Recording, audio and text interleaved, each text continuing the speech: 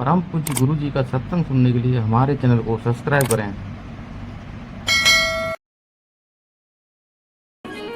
एक पंडित जी भोजन करने बैठे तो सामने थाली पंडितानी ने दाल चावल साग रोटी रखी होगी, अचार वगैरह।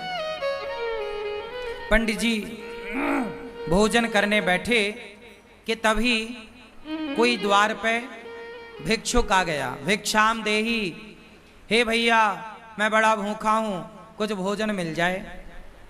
पंडित जी भोजन करने ही बैठे हैं, सामने थाली है और द्वार पे कोई भूखा आ गया। पंडित जी ने साथ सम्मान बुलाया, आओ आओ आओ भैया आओ।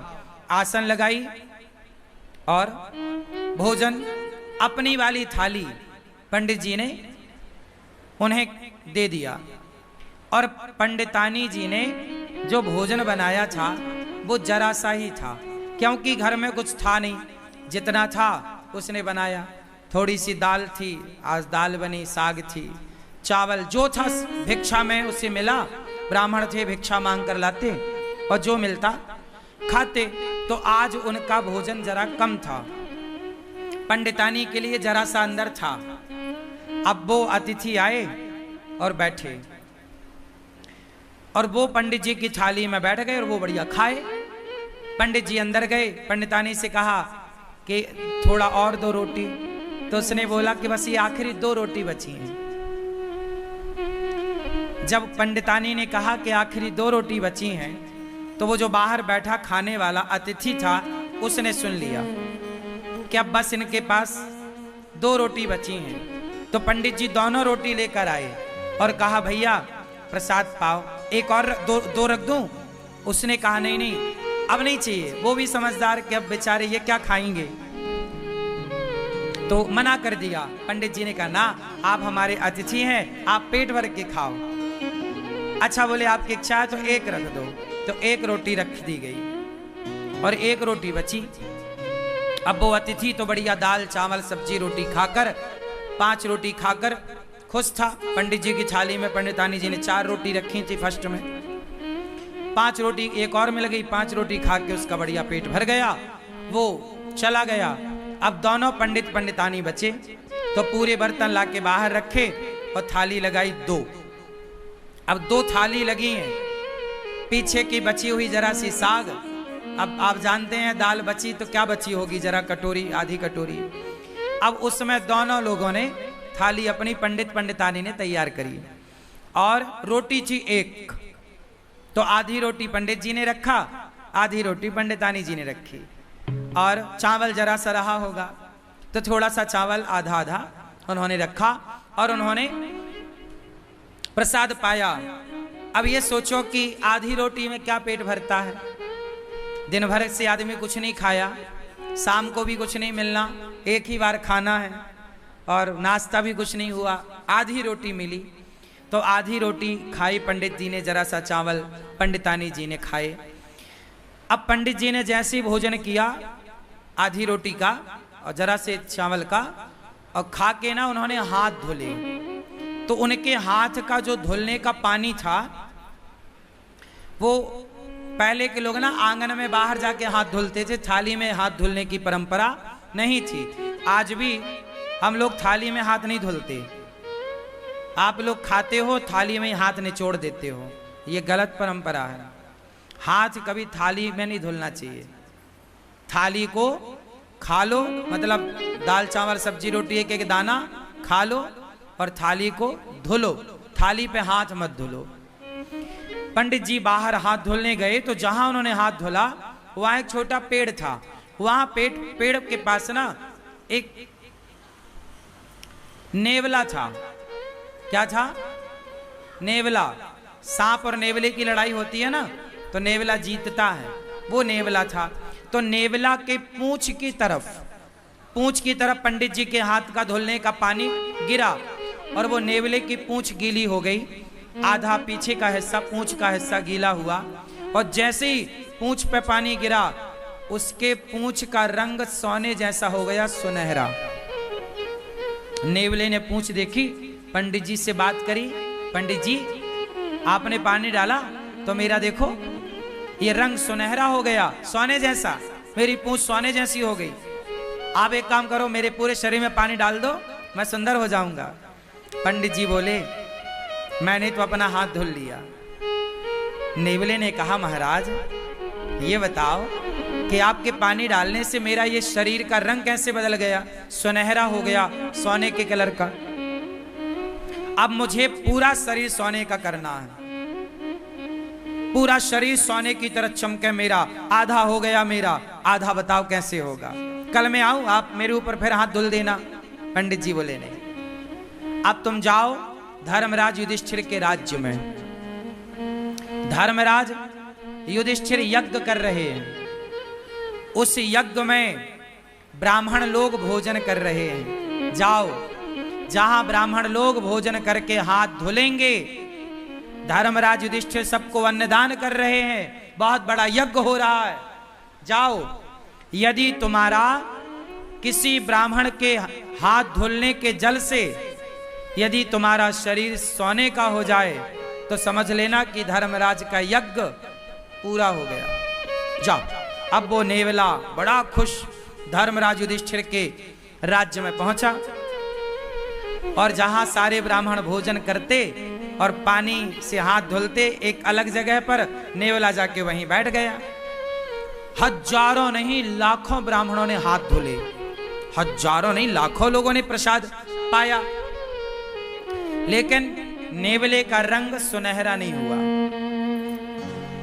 अब जब सारे ब्राह्मण खाए, दक्षिणा ले लेके चले गए, तो धर्मराज युधिष्ठिर बोले, देखो, अर्जुन बोले कि देखो, अब राजाओं की एक सभा लगी। उस राजाओं की सभा में अर्जुन ने बोला, भीम भैया ने बोला, देखो, आज तक के इतिहास में इतना बड़ा अन्नदान, जितना बड़ा धर्मराज युधिष्ठिर ने किया, जितना बड़ा यज्ञ युधिष्ठिर ने किया, आज तक किसी ने नहीं किया। इतना बड़ा यज्ञ किसी ने नहीं किया, इतना बड़ा अन्नदान किसी ने नहीं किया, इतना सारा सोना चांदी हीरा मोती दान दिया युधिष्ठिर जी ने। तब नेवला बोल पड़ा, नेवला, ए भीम चुप रह।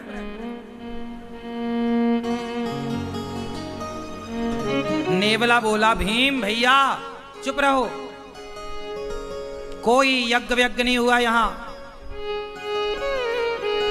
यज्ञ तो एक ब्राह्मण के घर में हुआ था।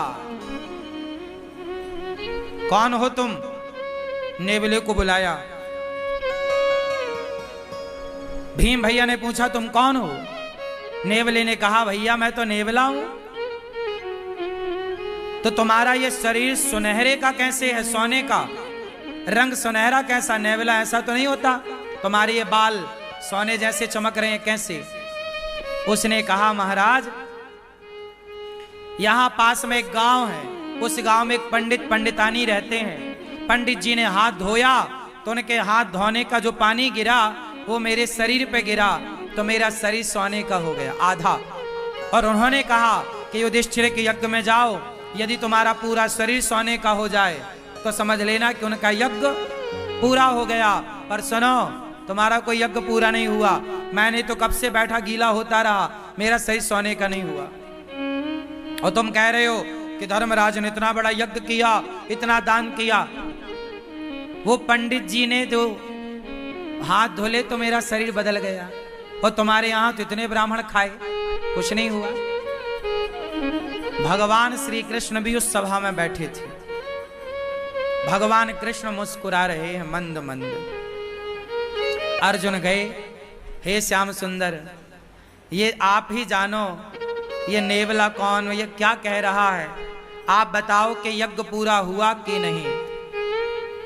अब सब में ये कौतूहल हो गया ना कि भाई धर्मराज ने इतना पैसा खर्च किया पर इनका तो यज्ञ पूरा हुआ ही नहीं।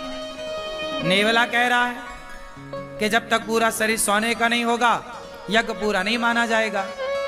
अब श्री कृष्ण से जब कहा गया तब भगवान श्री कृष्ण ने कहा कि सुनो, अभी आपका यज्ञ पूरा नहीं हुआ, इसलिए इसका शरीर सोने का नहीं हुआ। हो जाएगा पूरा तो इसका शरीर निश्चित सोने का होगा।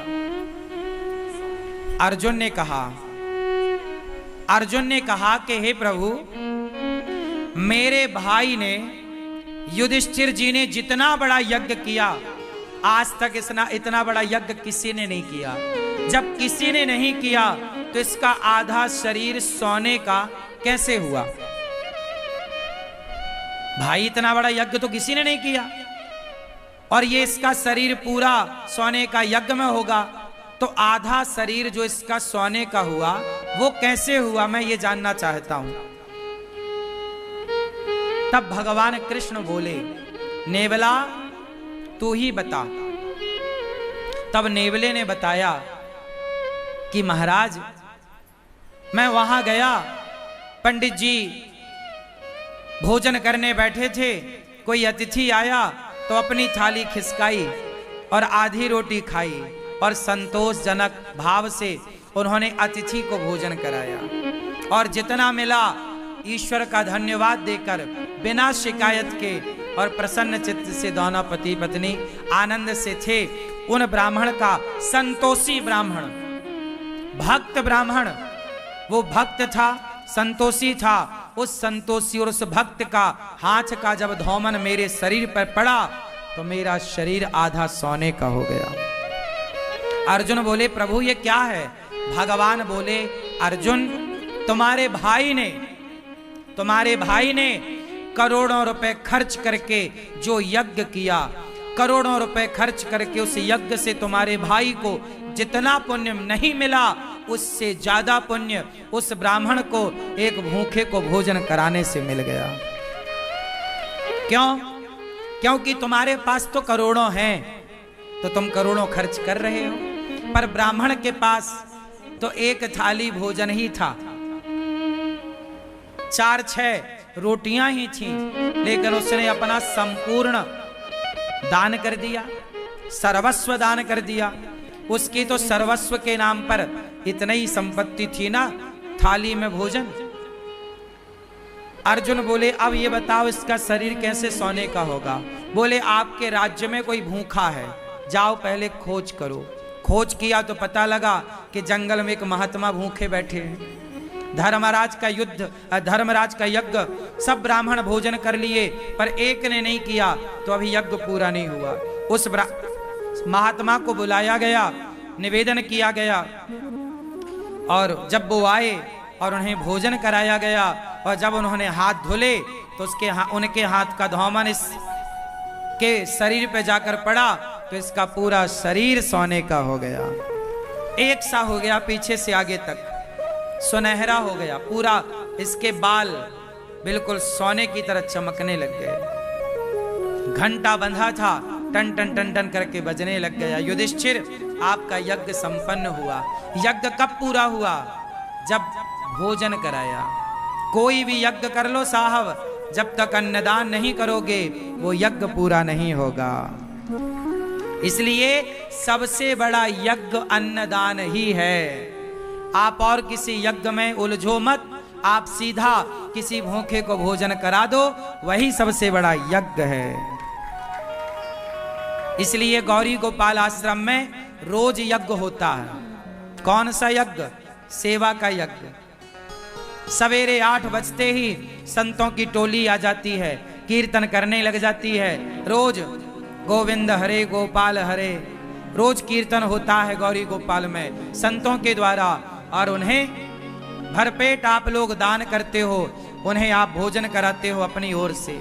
आप लोग जो एक दिन का गौरी गोपाल अन्न क्षेत्र बांटते हो संतों को, तो जितने संत भोजन करते हैं आपके द्वारा, एक एक संत एक एक यज्ञ का फल आपको दे करके जाते हैं। इसलिए गौरी गोपाल आश्रम में जो संत भोजन करते हैं वो किसी यज्ञ से कम नहीं है। तो आप भी अपनी बेटी के नाम से, बेटे के नाम से अन्नदान जरूर करिए। और आप भी गौरी गोपाल आश्रम की ये संतों की सेवा के लिए जो अन्न क्षेत्र अखंड निःशुल्क संतों को रोज अन्नदान होता है गौरी गोपाल में, आप भी अन्नदान करिए और आप भी इस अन्नदान की सेवा से जुड़िए। कोई भी कार्य, इसलिए कहता हूं मरने के पहले गौदान, भागवत और अन्नदान, मरने के पहले ये 3 काम कर लेना, फिर बिंदास आराम से मरना, केवल मरने को रह जाए आखिरी में। मरने के टाइम आदमी कुछ कर नहीं पाता, जीते जी कर लो अच्छे काम, मरने के टाइम कोई ध्यान नहीं रहता। सही है? उस जीवात्मा के नाम से, किसी व्यक्ति के नाम से कोई पुण्य का कार्य हो, आप अपनी माता के नाम से, पिता के नाम से, बच्चों की लंबी आयु के लिए आप अन्नदान करो। गौरी गोपाल आश्रम में अखंड रसोई चलती है, कोई भी आओ सबको पेट भर भोजन। यहाँ रोज हजारों लोग भोजन करते हैं। एक एक व्यक्ति के तृप्त होने से एक एक यज्ञ का फल प्राप्त होता है।